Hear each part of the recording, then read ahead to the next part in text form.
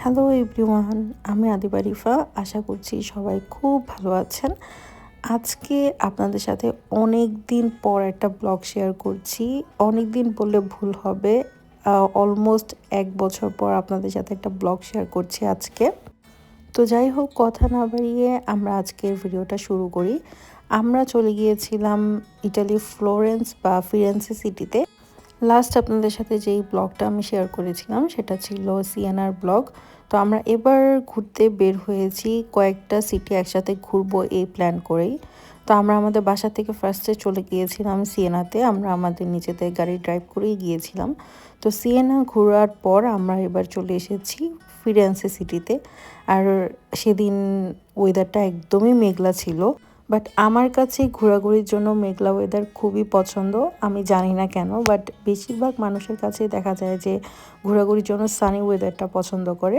But আমার খুবই পছন্দ, ঘোরাঘুরির সময় বৃষ্টি থাকবে, মেঘলা থাকবে, আমার মনটাই খুশি হয়ে যায়।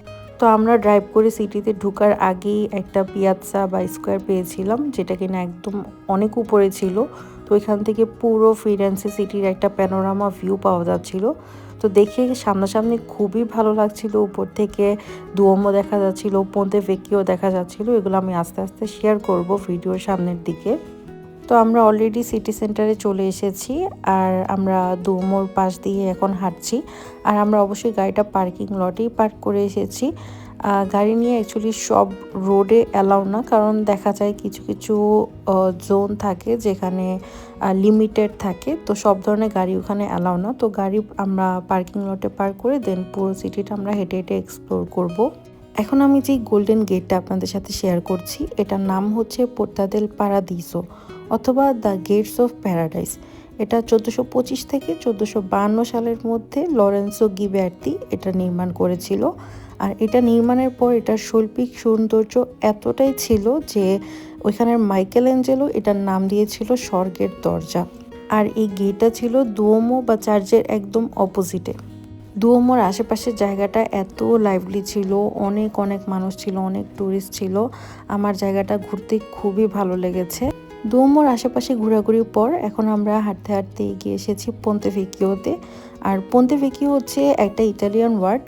পন্তে মানে হচ্ছে ব্রিজ, আর ভেকিও মানে হচ্ছে পুরান, অর্থাৎ পুরানো ব্রিজ।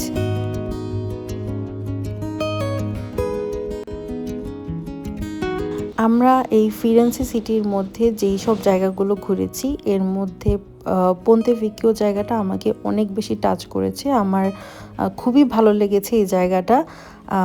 পন্তে ভেকিও নামটা যেমন দিয়েছে, একদম ওইখানকার ডেকোরেশন বা দোকান সব কিছু মনে হচ্ছিল যে অনেক পুরান সময়ের বা 1900 সালের দিকে। আমার মনে হচ্ছিল যে আমি একদম অনেক আগের কোনো একটা সময় চলে গিয়েছি।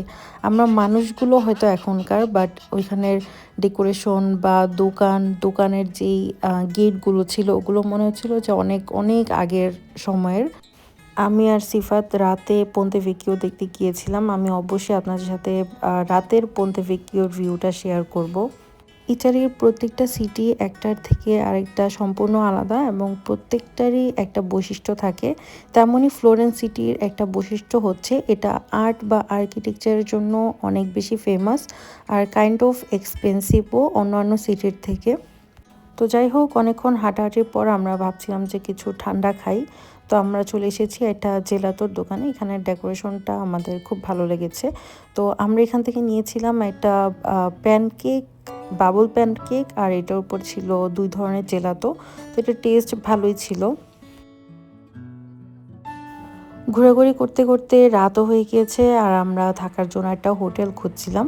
তো সিফাত অনলাইনে খুঁজতে খুঁজতে একটা হোটেল পেয়েছে। তো আমরা গাড়ি নিয়ে ওইখানে যাই, সেন্টার থেকে কিছুটা দূরে ছিল। তো আমরা এক রাতের জন্য হোটেলটা বুক করি, কারণ আমরা কালকে আবার আরেক জায়গায় ঘুরতে যাব।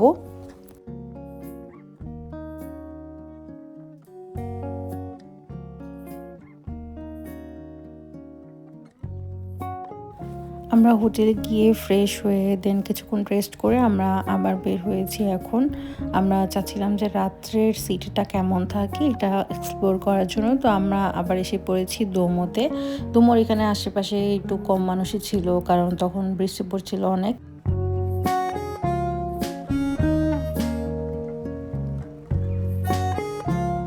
আর আর এই তো এখন আমরা এসে পড়েছি পন্তে ভেক্কিওতে। আর এখন যেহেতু খুব রাত, প্রত্যেকটা দোকানই বন্ধ ছিল। আর তখনই আমরা দেখতে পাচ্ছিলাম যে গেটগুলো কতটা সুন্দর করে বানানো, আর দেখেই মনে হচ্ছিল যে একদম আগের সময়ের কোনো গেট বা দোকান।